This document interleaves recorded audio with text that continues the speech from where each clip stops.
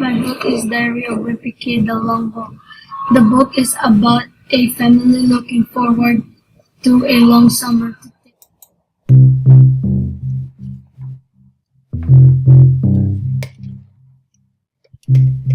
One of the most iconic artists of the 1950s was Andy Warhol.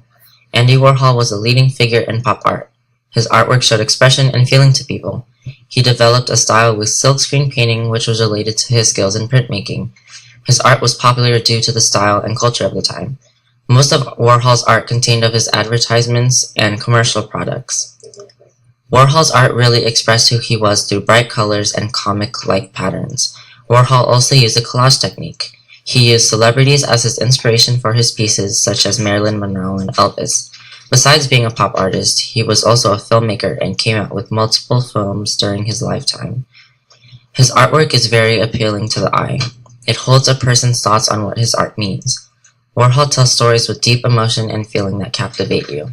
Some of his other pieces are just really bright and colorful too, and they show the bright side of things in a feel-good way. Overall, Andy Warhol was an amazing pop and fine artist who had art pieces that spoke to people.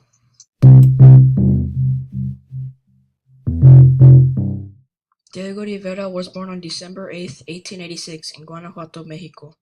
His wife was Frida Kahlo. Rivera's two parents were named Maria del Pilar Barrientos and Diego Rivera Acosta.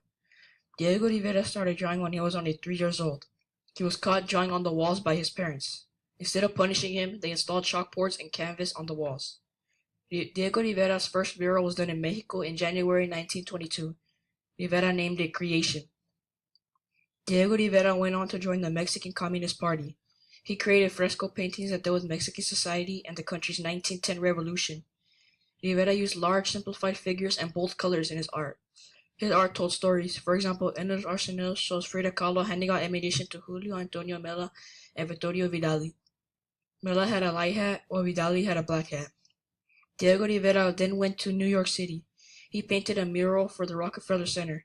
It contained a portrait of Vladimir Lenin, which caused a furor to erupt. He would not remove Lenin, so he was asked to leave New York City.